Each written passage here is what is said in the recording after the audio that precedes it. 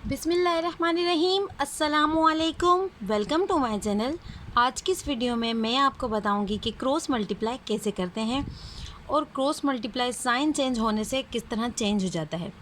ठीक है, तो यहाँ पर देखिए मैंने बिल्कुल सेम फ्रैक्शंस यहाँ 4 बार उतारे हैं। 4 टाइम्स मैंने ये सेम फ्रैक्शंस उतारे हैं। ओके, तो देखिए सेम है ये 2/6 4/8, यहाँ भी यही है 2/6 4/8, यहाँ भी यही है 2/6 4/8 और यहाँ भी यही है। तो यहाँ पर मेरे पास ये 4 फ्रैक्शंस हैं। ओके, अब आप सोच रहे होंगे इसमें साइंस कहाँ है। अब मैं इन चारों फ्रैक्शन में अलग अलग साइन डालूँगी। देखिए, जब बीच में होता है 4 नंबरों के बीच में प्लस हो 2 फ्रैक्शन और 4 नंबरों के बीच में प्लस हो तो हम क्रॉस मल्टीप्लाई किस तरह करते हैं। क्रॉस करके मल्टीप्लाई करते हैं 4 को 6 से, 2 को 8 से और फिर 6 को 8 से। अगर इन 4 नंबरों के बीच में और 2 फ्रैक्शंस के बीच में माइनस आ जाए तो भी हम यही करते हैं। प्लस में जैसा करते हैं वैसा ही माइनस में करते हैं। 4 को 6 से, 2 को 8 से और नीचे वाले दोनों नंबरों को आपस में मल्टीप्लाई करते हैं।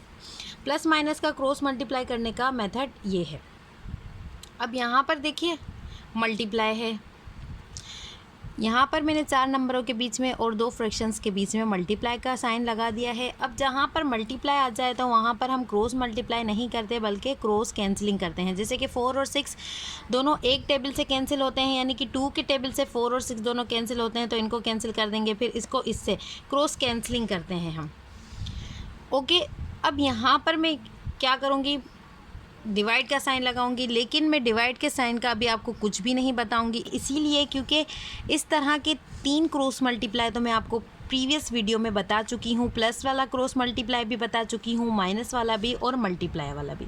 साइन इसीलिए ज़्यादा इंपॉर्टेंट है क्योंकि देखिए एक साइन से पूरा ही आंसर गलत आ जाता है, एक नंबर या एक साइन से पूरा आंसर गलत हो जाता है, इसलिए साइन बहुत ही अहम किरदार अदा करते हैं मैथ में। ओके, तो डिवाइड में भी आपको डिवाइड के बारे में कुछ भी नहीं बताऊंगी, इन तीनों की वीडियो में आपको पहले बता चुकी हूँ। लेकिन आज मैं आपको क्या बताऊँगी, इक्वल टू के बारे में, कि जब इन 4 नंबरों के बीच में और 2 फ्रैक्शंस के बीच में इक्वल टू का साइन आ जाए तो क्रॉस मल्टीप्लाई करने का मेथड क्या होता है, तो आज मैं आपको वो बताऊंगी। ये देखिए बिल्कुल सेम नंबर मैंने यहाँ पर उतारा है और यहाँ पर इक्वल टू का साइन है।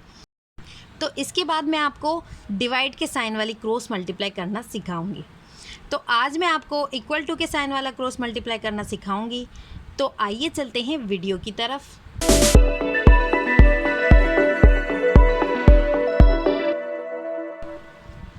जब भी 4 नंबरों के बीच में इक्वल टू का साइन आ जाए, 2 फ्रैक्शंस और 4 नंबरों के बीच में इक्वल टू का साइन आ जाए, तो हम क्या करेंगे, क्रॉस मल्टीप्लाई करेंगे। यानी कि 4 को 6 से मल्टीप्लाई करके 4 की जगह लिखेंगे और 2 को 8 से मल्टीप्लाई करके 2 की जगह लिखेंगे। याद रहे, हमें नंबर डिनोमिनेटर की तरफ नहीं लिखना बल्कि जहाँ पर नोमिनेटर हो हमें नंबर वहाँ लिखना है। जैसे कि अगर मैं देखिए 4 को 6 से मल्टीप्लाई करती हूँ तो नंबर 6 की जगह नहीं आएगा बल्कि जहाँ 4 है नोमिनेटर जहाँ है वहाँ नंबर आएगा। और मैं 2 को 8 से मल्टीप्लाई करती हूँ तो नंबर 8 की जगह नहीं आएगा क्योंकि डिनोमिनेटर है, डिनोमिनेटर की जगह नंबर नहीं आएगा बल्कि नोमिनेटर की जगह नंबर आएगा। तो यहाँ पर मैं नंबर डालूंगी, यानी कि 4 6 मेरे पास कितने हो जाते हैं 24। तो यहाँ पर मैं 24 लिखूंगी और 8 2 16 हो जाते हैं, तो यहाँ पर मैं 16 लिखूंगी। Okay, 4 6 24, 2 8 16, equal to as it is ऐसे ही आ जाएगा। तो यहीं पर हमारा आंसर रुक जाएगा, बस आगे हमें कुछ भी करने की ज़रूरत नहीं है। अब इसका मैं एक और थोड़ा सा डिफरेंट मेथड है वो मैं आपको सिखा देती हूँ। अब यहाँ पर देखिए क्वेश्चन वही है, 2 की जगह 2 है, 4 की जगह 4 है, 8 की जगह 8 है, लेकिन 6 की जगह मैंने x ले लिया। अब जहाँ भी 4 नंबरों के साथ 4 नंबरों में एक नंबर की जगह x हो या कोई सा भी अल्फ़ाबेट हो, फर्ज कर लीजिए A B D N कुछ भी हो, तो उसको करने का तरीका थोड़ा सा डिफरेंट होता है। उसको करने का तरीका ये होता है, देखिए यहाँ पर x है तो हमें x की कीमत मालूम करनी है, x का नंबर क्या है, x की वैल्यू हमें मालूम करनी है। ओके, तो x की वैल्यू मालूम करने के लिए हम x के साथ जो भी नंबर है उसको आहिस्ता आहिस्ता हटाते जाएंगे, लेकिन इसको पहले हम क्रॉस मल्टीप्लाई करेंगे क्योंकि ये भी क्रॉस मल्टीप्लाई ही है। अब आप सोच रहे होंगे x के साथ किस तरह क्रॉस मल्टीप्लाई होगा। देखिए 4x के साथ मल्टीप्लाई होगा और 2 8 के साथ मल्टीप्लाई होगा। जब 4x के साथ मल्टीप्लाई होगा तो 4 की जगह आ जाएगा, यानी कि 4x मल्टीप्लाई होकर 4x बन जाएंगे। अब 2 8 से मल्टीप्लाई होगा तो यहाँ पर आ गया 16, इक्वल टू की जगह मैंने इक्वल टू लगाया। ठीक है, अब मैंने कहा था आपसे कि अल्फ़ाबेट के साथ जो भी नंबर हो उसे हम आहिस्ता आहिस्ता हटाते जाएंगे। हटाकर कहाँ ले जाएंगे, हटाकर हम इक्वल टू के उस तरफ ले जाएंगे। यानी कि 4 यहाँ पर x के साथ मल्टीप्लाई हो रहा है तो इक्वल टू के उस तरफ जाके 4 डिवाइड हो जाएगा। कोई सा भी नंबर यहाँ प्लस होगा तो इक्वल टू के उस तरफ जाके माइनस हो जाएगा। अगर माइनस होगा तो इक्वल टू के उस तरफ जाके प्लस का हो जाएगा। प्लस का साइन माइनस में चेंज हो जाएगा और माइनस का साइन प्लस में चेंज हो जाएगा। डिवाइड का साइन मल्टीप्लाई में और मल्टीप्लाई का साइन डिवाइड में चेंज हो जाएगा। तो यहाँ पर देखिए 4x के साथ मल्टीप्लाई हो रहा है, 4 16 के साथ इक्वल टू के उस तरफ जाके 4 16 के साथ डिवाइड हो जाएगा। तो यहाँ पर मैंने इक्वल टू लिखा, x की जगह मैंने x ऐसे ही लिखा। 4 मैं यहाँ नहीं लिखूँगी, 16 की जगह मैंने 16 लिखा। 4 मैंने यहाँ पर इसलिए नहीं लिखा क्योंकि 4 पहले मल्टीप्लाई हो रहा था x के साथ। अब 4 इक्वल टू के उस तरफ जाएगा तो डिवाइड हो जाएगा 16 के साथ। अब देखिए 4 16 के साथ डिवाइड हो रहा है तो यहाँ पर हम कैंसिलिंग करेंगे। 4 के टेबल से 16 को भी कैंसिल कर देंगे क्योंकि 4 और 16 दोनों एक ही टेबल में आते हैं। तो देखिए 4 1 ज़ा 4, 4 4 ज़ा 16। तो यहाँ पर हमारा आंसर क्या है 4, यानी कि x की वैल्यू क्या निकली हमारे पास 4। x का नंबर क्या निकला 4 निकला। 1 इसलिए मैंने नहीं लिखा, देखिए जब भी डिनोमिनेटर 1 आ जाए तो हम उसे नहीं लिखते, नीचे वाला नंबर जब भी 1 आ जाए तो हम उसे नहीं लिखते। हाँ, अगर यहाँ पर 1/4 आ जाता, ये तो 4/1 है इसलिए मैंने सिर्फ 4 लिखा है। अगर 1/4 आता तो ये पूरा मेरा आंसर होता, लेकिन अभी 1/4 नहीं है, 4/1 है। तो नीचे जब भी 1 आ जाता है, डिनोमिनेटर की जगह जब भी 1 आ जाता है तो वो 1 हम नहीं लिखते बल्कि ऊपर वाला नंबर लिखते हैं। यानी कि मैंने यहाँ पर 4 लिखा। x का नंबर मेरे पास क्या निकल कर आ गया 4 निकल कर आ गया। अब यहाँ पर भी देखिए वही सिचुएशन है, कोई अल्फ़ाबेट तो नहीं है मगर 4/8 है और 6/12। अब मैंने सेम क्वेश्चन इसीलिए उतारा है जिस तरह देखिए ऊपर क्वेश्चन था। देखिए ये वाला क्वेश्चन है ना जो 2/6 4/8, इसी तरह का ये क्वेश्चन है, लेकिन यहाँ पर नंबर चेंज है, 4/8 और 6/12 है। अब यहाँ पर मैंने सेम क्वेश्चन इसलिए उतारा है क्योंकि देखिए जब भी ऐसी सिचुएशन आ जाए, एक तो हम उसमें क्रॉस मल्टीप्लाई करते हैं और दूसरा इसमें आपको इक्विवेलेंट फ्रैक्शन मालूम करने को भी कह देते हैं। यानी कि ये पूछते हैं कि क्या ये फ्रैक्शन सेम हैं, आपसे ये पूछते हैं।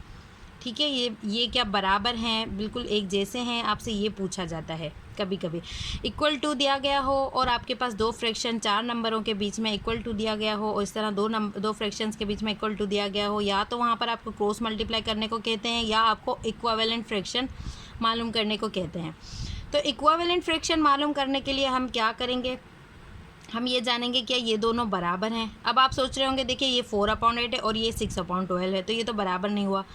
हमें इस तरह नहीं जानना कि ये बराबर है या नहीं है, हमें इस तरह जानना है कि 4 और 8 क्या एक नंबर से कैंसिल हो रहे हैं। तो देखिए 4 और 8 4 के टेबल से कैंसिल हो रहे हैं। किस तरह 4 1 ज़ा 4, 4 2 ज़ा 8, 6 और 12 भी 6 के टेबल से कैंसिल हो रहे हैं, 6 1 ज़ा 6, 6 2 ज़ा 12। तो दोनों में मेरे पास क्या है 1/2 1/2। तो यानी कि ये दोनों इक्विवेलेंट फ्रैक्शंस हैं, 1/2 इक्वल टू 1/2, ये दोनों इक्विवेलेंट फ्रैक्शन है। अब इसको करने का तरीका ये भी है, इसको हम क्रॉस करके भी मल्टीप्लाई करके देख सकते हैं कि क्या नंबर सेम आ रहे हैं। तो देखिए 6 8 ज़ा मेरे पास कितने आ गए 48 और 4 12 ज़ा 48, यानी कि दोनों ये भी सेम है। अगर हम इसको ऊपर नीचे से कैंसिल करके देखते हैं तो भी सेम आ रहे हैं और क्रॉस करके हम मल्टीप्लाई करके देखते हैं तो भी सेम आ रहे हैं, मतलब ये फ्रैक्शन इक्विवेलेंट है, यानी कि ये फ्रैक्शंस दोनों बराबर हैं। अब देखिए यहाँ पर हम आ जाते हैं, यहाँ पर हमें दिया गया है 2/4, यानी कि 2 के टेबल से कैंसिल हो रहा है, 2 1 ज़ा 2, 2 2 ज़ा 4, और ये 4 के टेबल से कैंसिल हो रहा है, 4 1 ज़ा 4, 4 2 ज़ा 8। तो इसमें भी यही सिचुएशन है, 1/2 1/2 आ रहे हैं दोनों में, 1/2 इक्वल टू 1/2। क्रॉस कैंसलिंग करके भी हम इसे कर सकते हैं और